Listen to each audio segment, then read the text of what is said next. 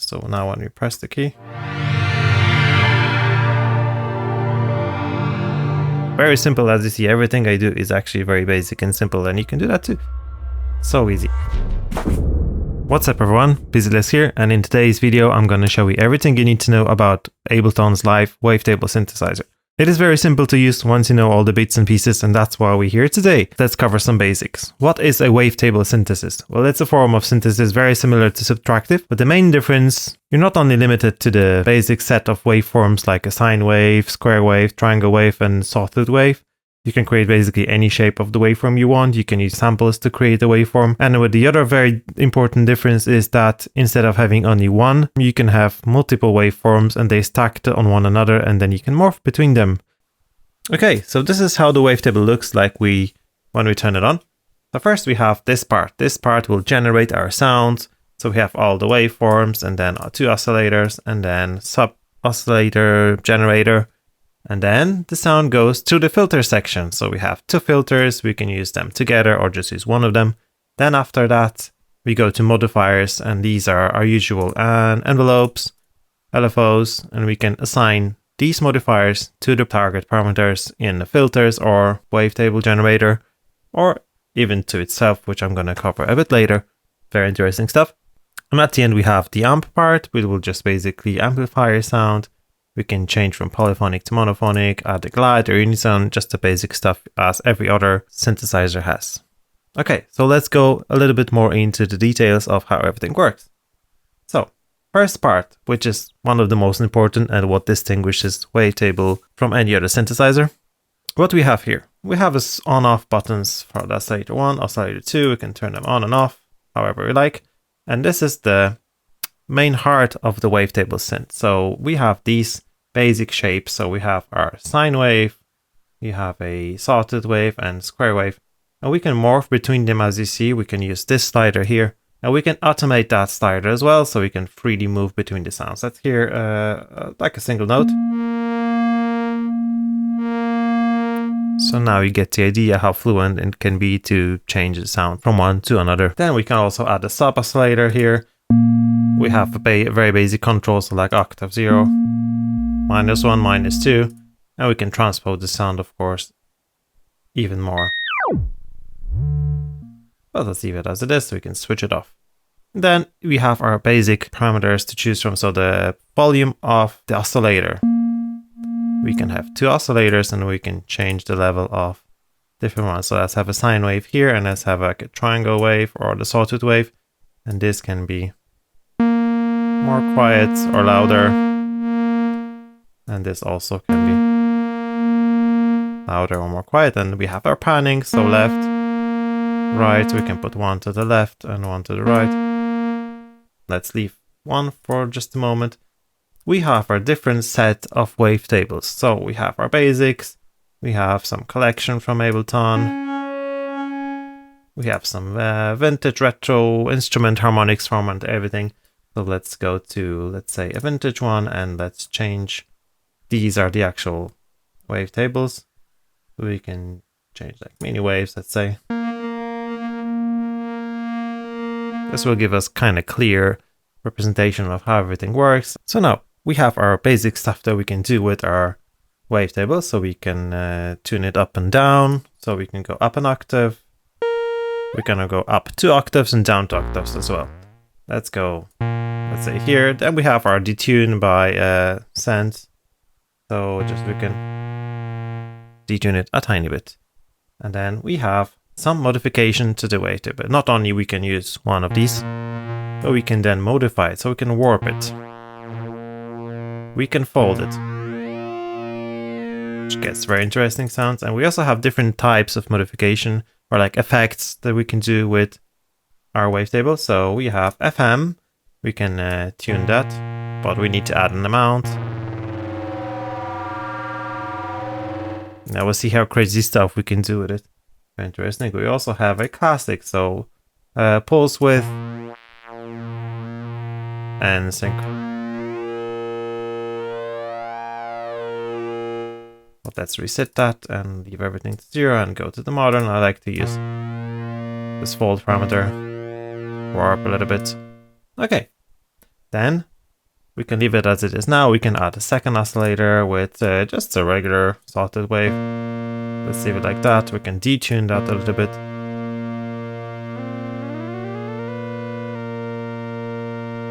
Okay, that's fine. I like it.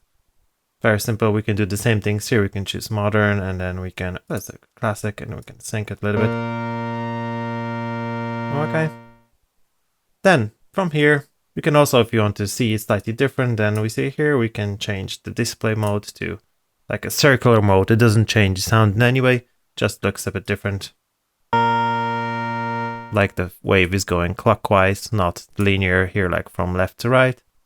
But it's just basically up to your preference.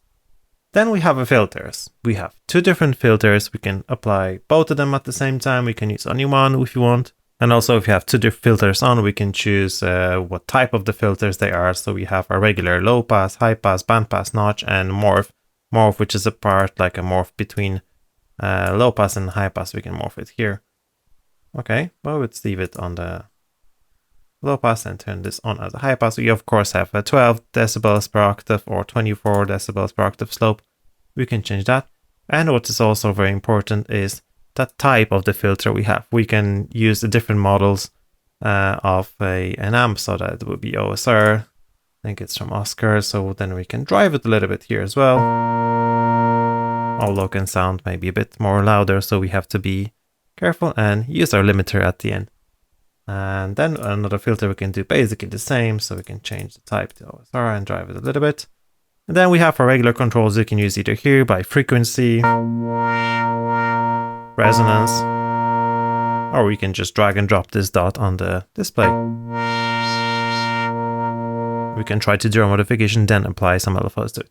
And the second filter here as well, is like that, no problem at all. But this is very important here. We can change how the filters are linked with each other. So we can use a serial. So first the sound goes through the filter number 1, then it hits the filter number 2, goes through it as well. So we can cut the high frequencies first and the low frequencies. But we also can do a parallel. So the sound is divided into 2 different paths and goes through each filter separately. And then there's also a split. So split works like the oscillator 1 goes through filter number 1 and oscillator 2 goes through filter number 2. Very simple stuff. Now when we have that covered, let's check what modification sources we have. So we have our regular envelopes, 1, 2, 3. The first envelope is the amp envelope, so we can't change the peak volume. We can change the attack, we can change the slope here, we can everything, of course, use it here. Then we can change our decay, and we can change sustain, release, everything as in any other synth. If you want to know about synthesis and how all the envelope works, I made a video already about it, which actually guides you to an Ableton synth school that they made already. It's really simple, really intuitive. Watch my video here.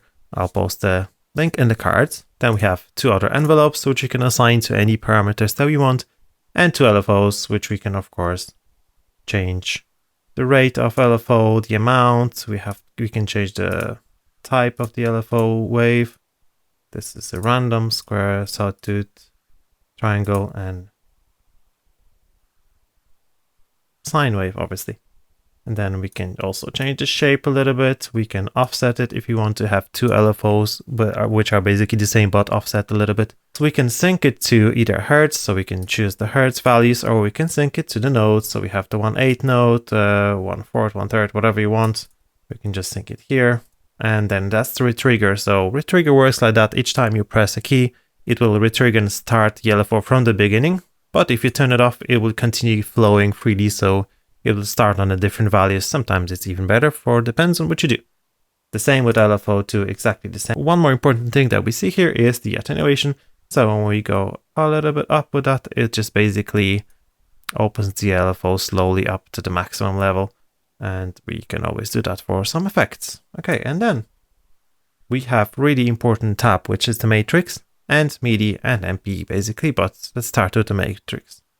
Matrix, that's the tab when we can apply all the modifications and link them to the target that we want to modify. So the parameter like, let's say the volume or frequency or resonance or whatever. And this works really clever and really simple. We have all our modification sources on the top, and here on the side we have all the parameters that we can modify. And when we click on one parameter, it's going to pop up here temporarily for the moment. If we're not going to change it, it can be switched to a different one like this. But once we use, we will keep it here forever. If we apply this to oscillator 1 position, it's going to move our oscillator. Also, when we add a frequency to the filter, we can assign envelope number 2 to the filter.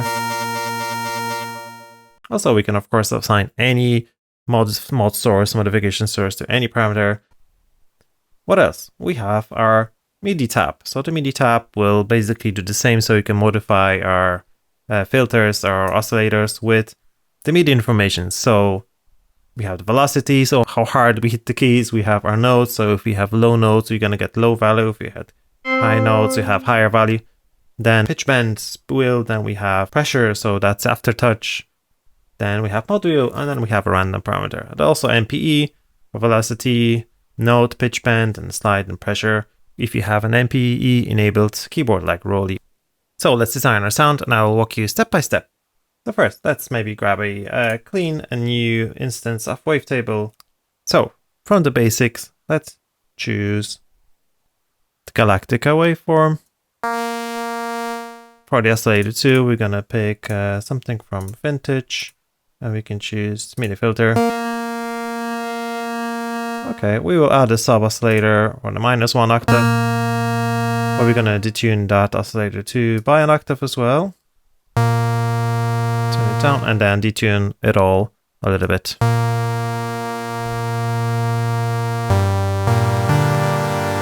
Okay, let's design our amp envelope. So we're gonna make a pad sound. So let's bring the attack a little bit up. So like 1.5 seconds will be fine. We have the attack values here, you can see. Release on like 2 and more than 2 seconds, and we want to have quite high sustain as well. Okay, but this is kind of very harsh, so you want to use our filter already. So let's change the filter type to, let's say this one, drive it a little bit, and bring the frequency down a bit.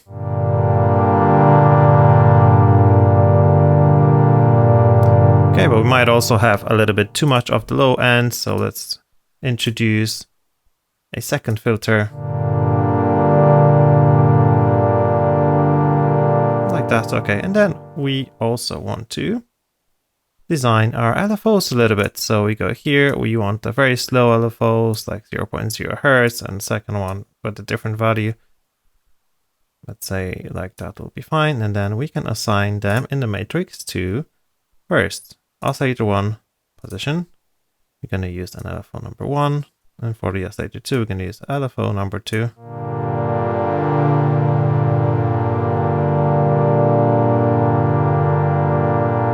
Now we have a nice moving sound that moves around a little bit, and then we can add a unison, so we have a really intensive pad sound. So let's go to the shimmer, let's turn down the amount a little bit.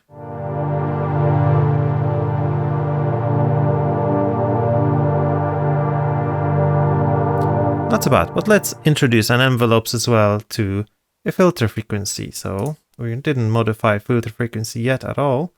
So we can do that with the envelope number 2. And a quick way to go back to the envelope instead of looking for it, it's just click this name here. And then we have the envelope number 2. We can design a little bit slope like that. And this.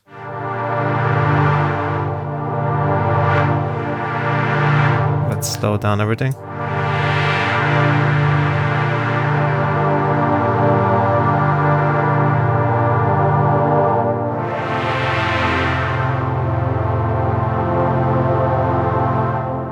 And also let's add a little bit of the LFO to the filter 1 frequency. Let's say this one, maybe on minus.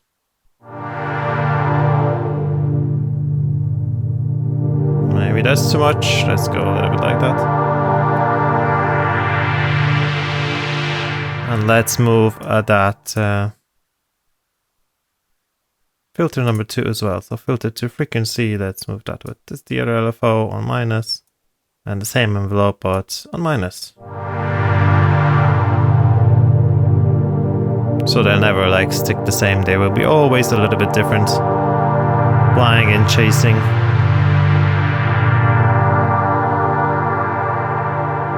You can also change the filter to type to the RSR and drive it a little bit, bring down the volume tiny bit.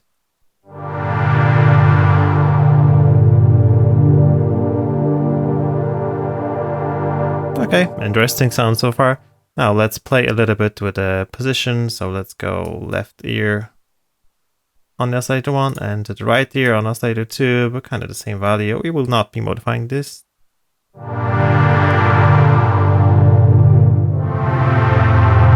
If the sound is too boomy, let's bring the oscillator 2 up a bit. Or just switch off the sub oscillator. What else we can change? We can fold this wavetable a little bit. And we can keep folding it with, let's say, velocity. So if you have like a little velocity, the harder we press the key, it's gonna fold it a little bit more. And then, which is very important thing, and I like to do that sometimes, is to even create these LFOs weirder, so they're not always the same, so they will change their rate. So how to change the rate? Let's click on that, and it should pop up here. LFO rate also in the MIDI, and let's apply a random to that a little bit. So each time we press, the LFO rate will be slightly different. What else? We can turn that a little bit down. If the LFO is too crazy, let's get the amount a little bit low. Same with LFO 2, and then we can click that. And also apply a little bit random number here, but in the other way, not exactly the same.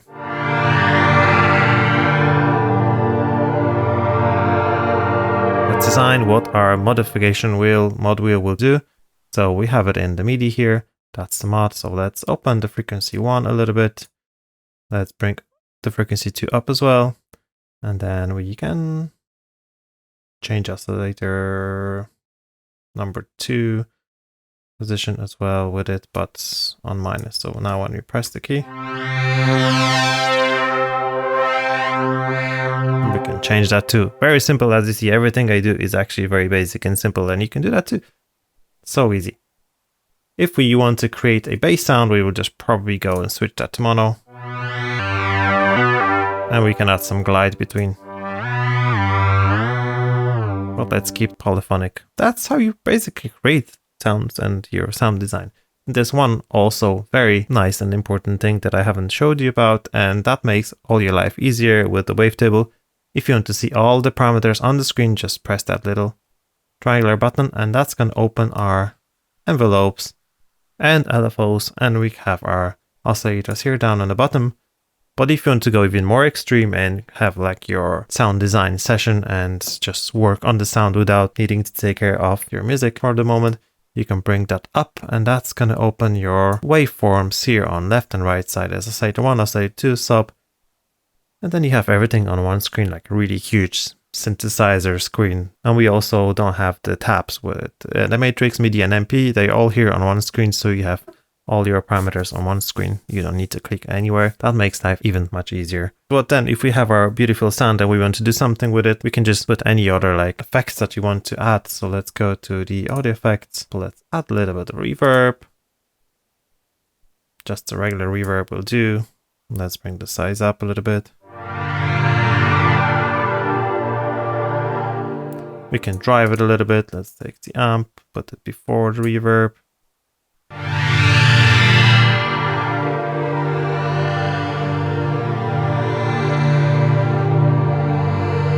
Then we can of course EQ it, so we can get rid of the frequencies we don't actually really need, so the low, and we can cut it off. We can add character to it while we play with the EQ8. We can of course destroy the sound a little bit more, saturator, but let's don't go crazy about it. Let's turn the output down, -6, put that up, +6.